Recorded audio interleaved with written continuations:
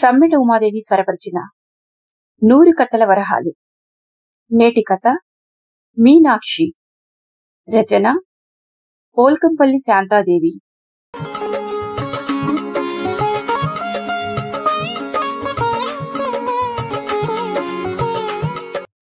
అదొక చిన్న హోటల్. ఎక్కువగా రిక్షా వాళ్ళు, ఆటో వాళ్ళు తినిపోతుంటారు. హోటల్లో కస్టమర్లు తినిపోగా ప్లేట్లలో వదిలిపోయిందంతా సర్వర్లు బకెట్లో వేసుకుపోయి హోటల్ పక్కనున్న చెత్తకుండిలో వేసిపోతుంటారు. ఆ ఎంగిలి తిండి తినటానికి కుక్కలు, పందులు పోటీ పడుతుంటాయి. 3-4 రోజులుగా వాటికి పోటీగా ఒక పిల్ల వచ్చింది. కనుముక్కు తీరుగా చామరచాయగా ఉన్న ముఖం.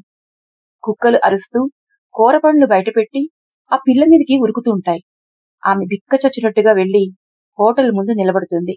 ఎవరైనా కాస్త తిండి పెడతారేమోనని. అక్కడ కుక్కల కంటే హీనమైన మనుషులున్నారని ఆ పిల్లకి తెలియదు.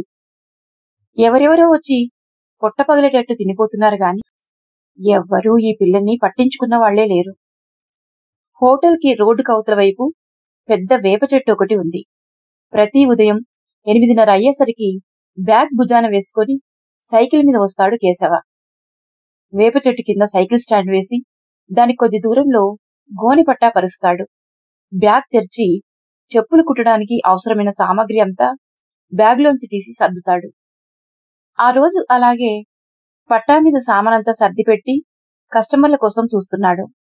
అవతల వైపు హోటల్ ముందు ఆ పిల్ల కనిపించింది.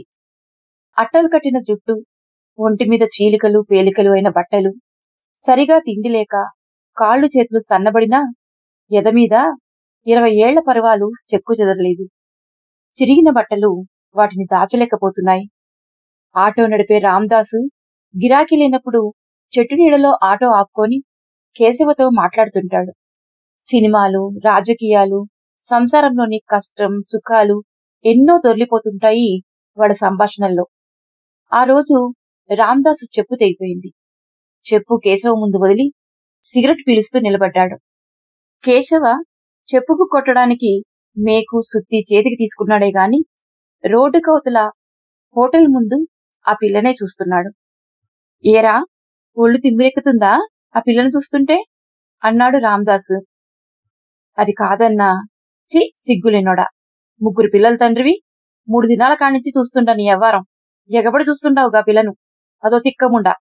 పెంట మీద తిండి ఎతుకులాడుకొని తినడం తెలుసు గాని ఎదమీన సరిగ్గా బట్ట కప్పుకోవాలని తెలియదు. దారిని పోతున్న వాళ్ళందరూ దాన్నే చూసుకుంటూ పోతున్నారు.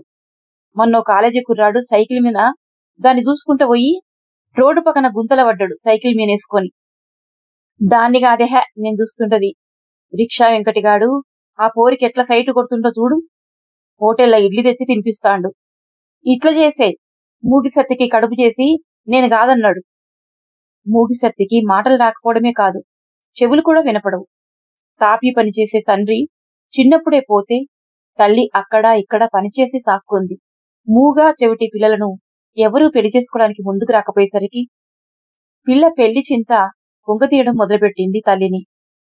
ఓ రోజు కూతురు గర్భవతిని తెలిసేసరికి గుండె పగిలి చచ్చిపోయింది. పాపం ఆ పిల్ల పుట్టిన పిల్లను చంకనేసుకొని బస్టాండ్ దగ్గర అక్కడా ఇక్కడా అడుక్కుంటా కనబడుతుంది. గా పిల్లకు నిజంగా సొయ్యలేదన్నా. రాళ్లు తీసుకొని అరుచుకుంటా పందులెంట కుక్కల ఎంట పడుతుంది. మన భాష కాదు, మన తీరు కాదు. ఏ నుంచొచ్చిందో పాపం. ఏ మదవెక్కినోని చేతిలో పడి ఇంకొక మూగి సత్తి అవుతుందేమో అనిపిస్తాంది. ఆ పిల్లనే జాలిగా చూస్తూ అన్నాడు కేశవ. ఆ తిక్కముండ మీద నీకంత జాలైతే తీసుకుపోయి ఇంట్లో పెట్టుకొని కావలి గాయరాదే.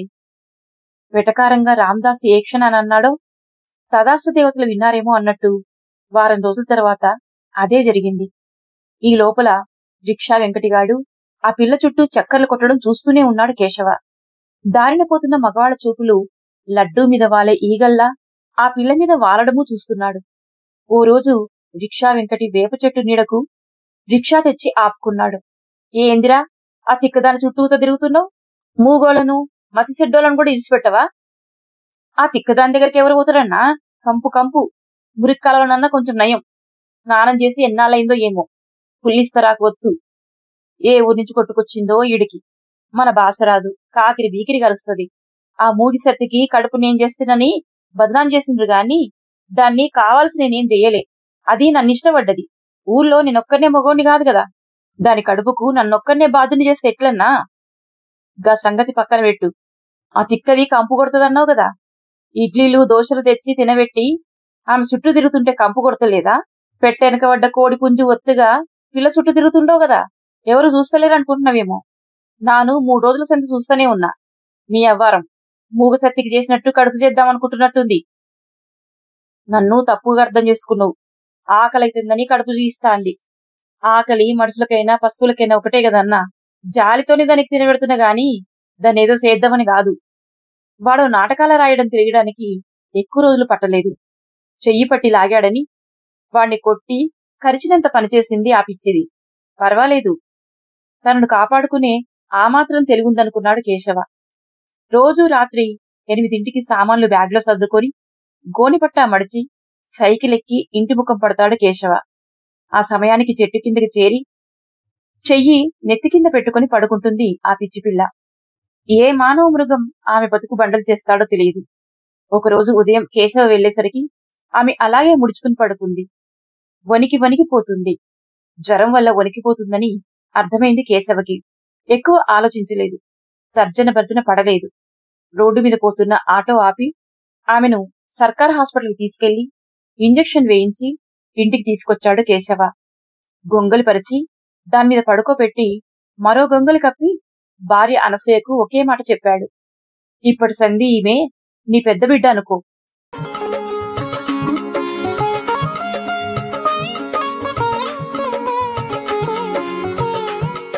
మూడు రోజులకు కాని ఆమె జ్వరం నుండి బయటపడలేదు. ఎన్నాళ్ళయిందో తానం చేసి బాగా ఉడుకు నీళ్లు గాసి నెత్తిరుద్ది తానం పోయి సబ్బు చేతికిచ్చి చెప్పాడు భార్యకు. గా నెత్తిరుద్ది తానం పోయటం నా వల్ల కాదు. అట్టలు కట్టింది. మంగళాయిని పిలుచుకురా, నెత్తి గొరిగిద్దాం. ఎన్నాళ్ల మురికో ఆ రోజు వదిలించింది అనసూయ. కేశవ పుట్టింది అట్టడుగు జాతి కావచ్చు, కాని అతడి బుద్ధి అట్టడుగులో లేదు. తన మాదిరి చెప్పులు కుట్టి బ్రతికే జీవితం ఎందుకు? ఉద్యోగం చేసుకుని దర్జాగా తన కొడుకు బ్రతకాలని అతడి తండ్రి స్కూలుకు పంపాడు. కాని సరిగా చదువు వంటపట్టలేదు. కింద మీద పడి 10 పాసై చదువుకు దండం పెట్టాడు. కులవృత్తి చేసుకోక తప్పలేదు. మనం సచ్చి పైకి పోయినాక మంచి పని ఒక్కటైనా చెప్పుకునేందుకు ఉండాలని చెబుతుంటాడు కేశవ తండ్రి. అది మాత్రం వంటబట్టింది కేశవకు. తన పనేమో తనది, ఎవరి జోలికి వెళ్ళడు. అప్పుడప్పుడు ఆణిముత్యాలాంటి సుభాషితాలు చెప్తుంటాడు ఇంట్లో. అతడి సౌమ్యత భార్యా పిల్లలను ప్రభావితం చేసింది. భర్త ఆ పిచ్చిదాన్ని పెద్ద బిడ్డలా చూసుకో అన్నాడు. మారు మాట్లాడకుండా అంగీకరించింది అనసూయ. అక్క అని పిలవమని పిల్లలకు చెప్పింది. వాళ్ళు అలాగే పిలుస్తున్నారు. రొట్టె ఇస్తే తిన్నది. కళ్ళు మూసుకొని పడుకుంది. బాగా నీరసంగా ఉంది. లేచాక నీ పేరేమి, ఎక్కడి నుంచి వచ్చావు అంటూ అనసూయ అడిగింది. ఆమె ఏం మాట్లాడుతుందో అర్థం కానట్టు చూసి నెత్తి గోక్కుంది. ఏదో కొనుక్కుంది. ఏ భాషో తెలియదు. ఒక్క ముక్క అర్థం కాలేదు. మరోరోజు బాగానే ఉంది. గంజి కాచి ఇస్తే తాగి నీరసంగా ముడుచుకుని పడుకునుంది. కాని ఆ సాయంత్రం పెరట్లో అనసూయ బట్టలుతికి ఆరేసి ఇంట్లోకి వచ్చి చూస్తే ఆ పిల్ల పడుకున్న చాప ఖాళీగా కనిపించింది. బయటికి వచ్చి చూస్తే పక్కింటి ధనమ్మ దొడ్డు కర్ర ఒకటి పుచ్చుకొని ఆ పిల్లను గొడ్డును బాదినట్టు బాదుతూ కనిపించింది. అనసూయ పరిగెత్తి అడ్డుపడబోయింది. ధనమ్మ విసిరి కొట్టింది. మరో 4 దెబ్బలు పడ్డాక ఎలాగో తప్పించుకు పారిపోయిందా పిల్ల. పిచ్చిది, జరమొచ్చిందని నీ మగడు జాలిపడి ఇంట్లో తెచ్చిపెట్టిండని చెప్పావే అనసూయ, పిచ్చిది కాదది, పిల్లని ఎత్తుకుపోయే దొంగముండా. ధనమ్మ చెప్పింది విని నిర్ఘాంతపోయింది అనసూయ.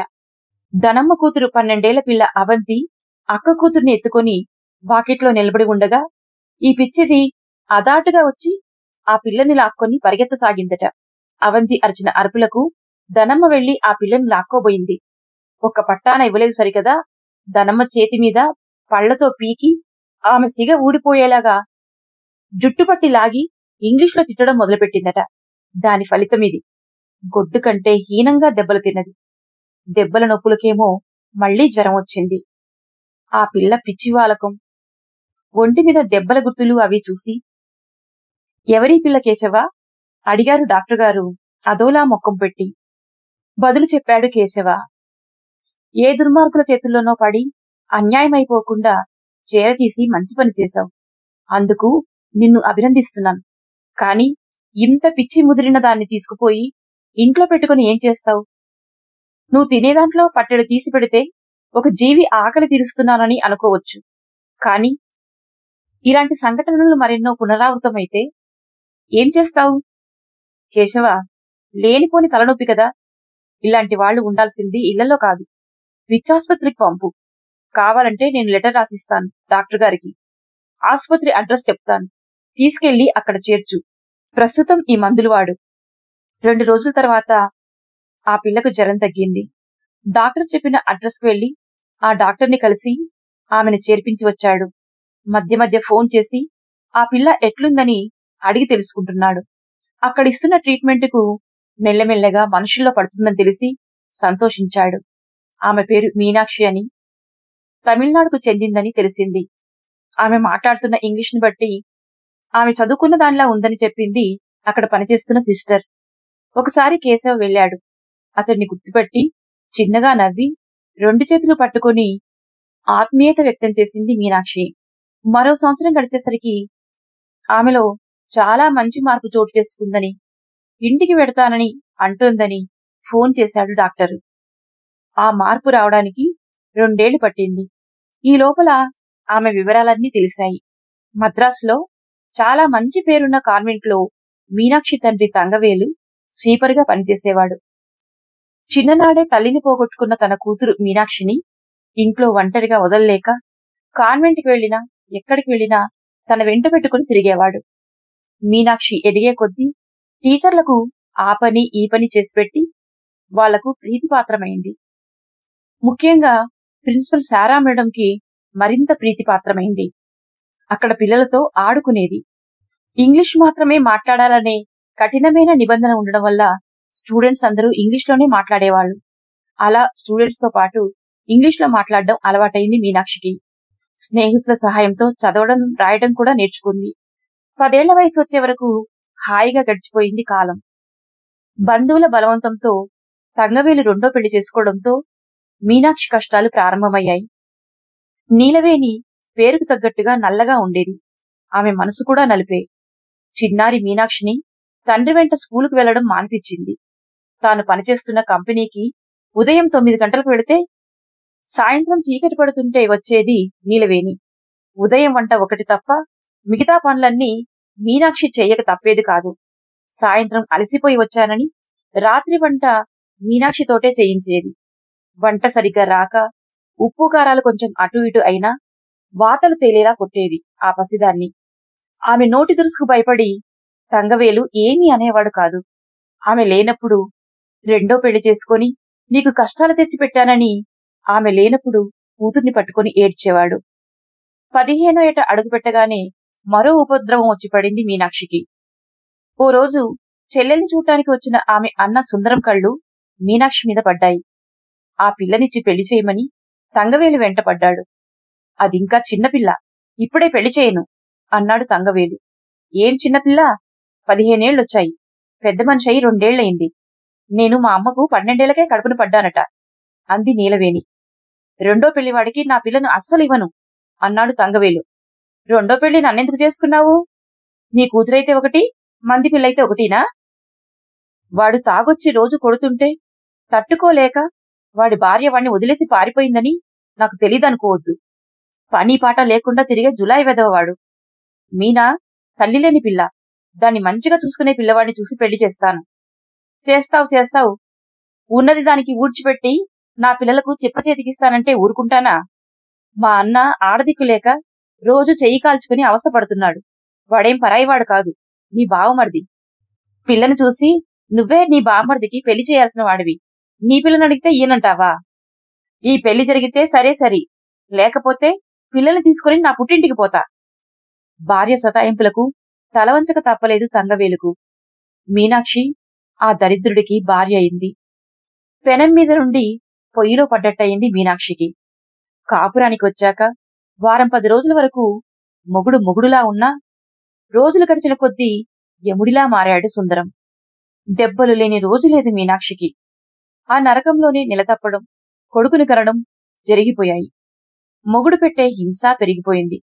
ఒకరోజు పిల్లవాడికి జ్వరం రావటంతో పక్కింటి ఆంటీని తోడు తీసుకొని ఆటోలో ఆస్పత్రికి వెళ్లి లైన్లో నిలబడి పిల్లవాడిని డాక్టర్కి చూపించి మందులు తీసుకుని వచ్చేసరికి మధ్యాహ్నం అయింది. ఇంటికి వచ్చాక కూడా పిల్లవాడు గుక్కపట్టి ఏడుస్తుంటే వాడిని ఎలా సమాధానపరచాలో తోచక సతమతమవుతుంటే సుందరం భోజనానికొచ్చాడు. వంట చెయ్యని భార్యని, గుక్కపట్టి ఏడుస్తున్న కొడుకుని చూసి చిర్రెత్తుకొచ్చింది అతడికి. దానికి తోడు కడుపులో నకనకలాడిపోతున్న ఆకలి తోడైంది. భార్య ఒళ్ళో ఏడుస్తున్న రోజుల పిల్లవాడిని ఒక ప్రాణం లేని బొమ్మను లాగినట్టుగా సర్రున లాగి గోడకేసి విసిరికొట్టి మీనాక్షిని గొడ్డును బాదినట్టుగా బాది వెళ్లిపోయాడు, బయట హోటల్లో తింటానని చెప్పి. అతడు తిరిగి వచ్చేసరికి తల పగిలి విగతజీవిగా మారిన కొడుకుని ఒళ్ళో పెట్టుకుని గోడుగోడున ఏడుస్తోంది మీనాక్షి. ఇరుగు పొరుగు వాళ్ళందరూ గూబిగూడారు. బయట పొట్టపగలా మెక్కి కిల్లీ నములుతూ విలాసంగా వచ్చిన మొగుణ్ణి చూసేసరికి కాలిక పూనినట్లయింది మీనాక్షికి. పిల్లాడిని చాప మీద పడేసి చిరుతలా అతడి మీద పడి కొట్టి కండలు ఊడొచ్చేలా రక్కింది. ఆమె నుండి ఎలాగో విడిపించుకుని వెళ్లి మూలకున్న కర్ర అందుకొని విచక్షణరహితంగా కొట్టింది చాలక 2 చేతులతో ఆమె తల పట్టుకుని గోడకేసి బాదాడు సుందరం. అతడి మృగచర్యతో తల పగిలి కుప్పకూలిన ఆమెను వదిలి బయటికి వెళ్లిపోయాడు బుసల కొడుతున్న ఆంబుతులా. ఇరుగు పొరుగు వాళ్లే చూసి జాలిపడి మీనాక్షిని హాస్పిటల్కి తీసుకెళ్లి చిట్లిపోయిన తలకు కుట్లు వేయించి వాళ్లే విగతజీవి అయిన పిల్లవాడిని బొందపెట్టి వచ్చారు. పిల్లవాడిని మట్టి చేయడానికి తీసుకెళ్తుంటే ఒక్క పెట్టున ఏడవాల్సిన మీనాక్షి వాడితో తనకేమీ సంబంధం లేనట్టుగా తనలో తాను ఏదో గొనుక్కుంటూ కూర్చోవడం చూసి ఆశ్చర్యపోయారు. పిల్లవాడు తండ్రి చేతిలో చావడం చూసి షాక్లో ఉంది. నెమ్మదిగా కోలుకుంటుందిలే అనుకున్నారు. 2 రోజుల వరకు ఇంటికి రాలేదు సుందరం. అతడు తిరిగి వచ్చేసరికి ఆమె ఇంట్లో కనిపించలేదు. పుట్టింటికి వెళ్ళిందేమో అదే వస్తుందిలే అనుకున్నాడు. కాని పిచ్చిదై రోడ్ల మీద పడి తిరుగుతుందని చెప్పారు చూసిన వాళ్ళెవరో. మానవత్వం మూర్తిభవించిన కేశవ వల్ల మళ్లీ మామూలు మనిషి అయిన మీనాక్షి కథ ఇది.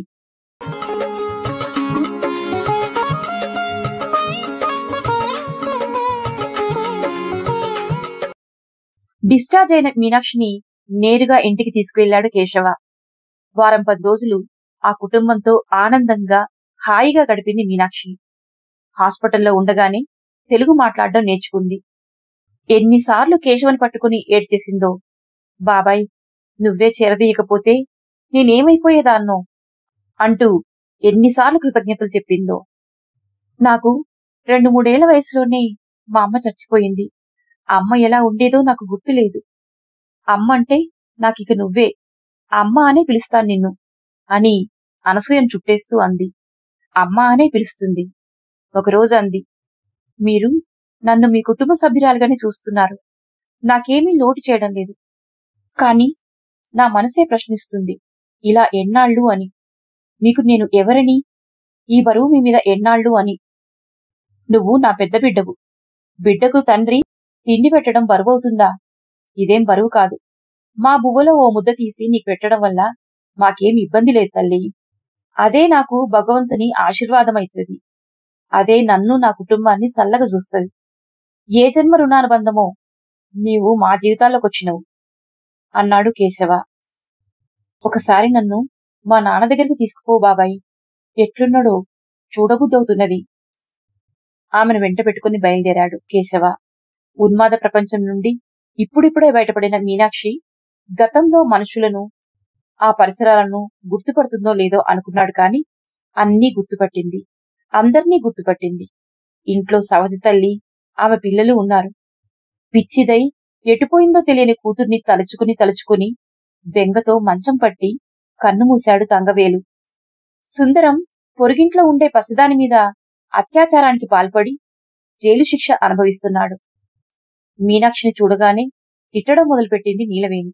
ముదనష్టపుండవు, నీ వల్లే నా మొగుడు చచ్చిండు. నిన్ను కట్టుకున్నందుకే నీ శని నా అన్నకు జుట్టుకొని జైలు పాలయిండు అంటూ మీనాక్షిని ఇంట్లోకి కూడా అడుగుపెట్టనివ్వలేదు. బయటి నుండే తరిమేసింది. ఇక పద మీనాక్షి, ఉన్న ఒక్క బంధం తెగిపోయింది గదా.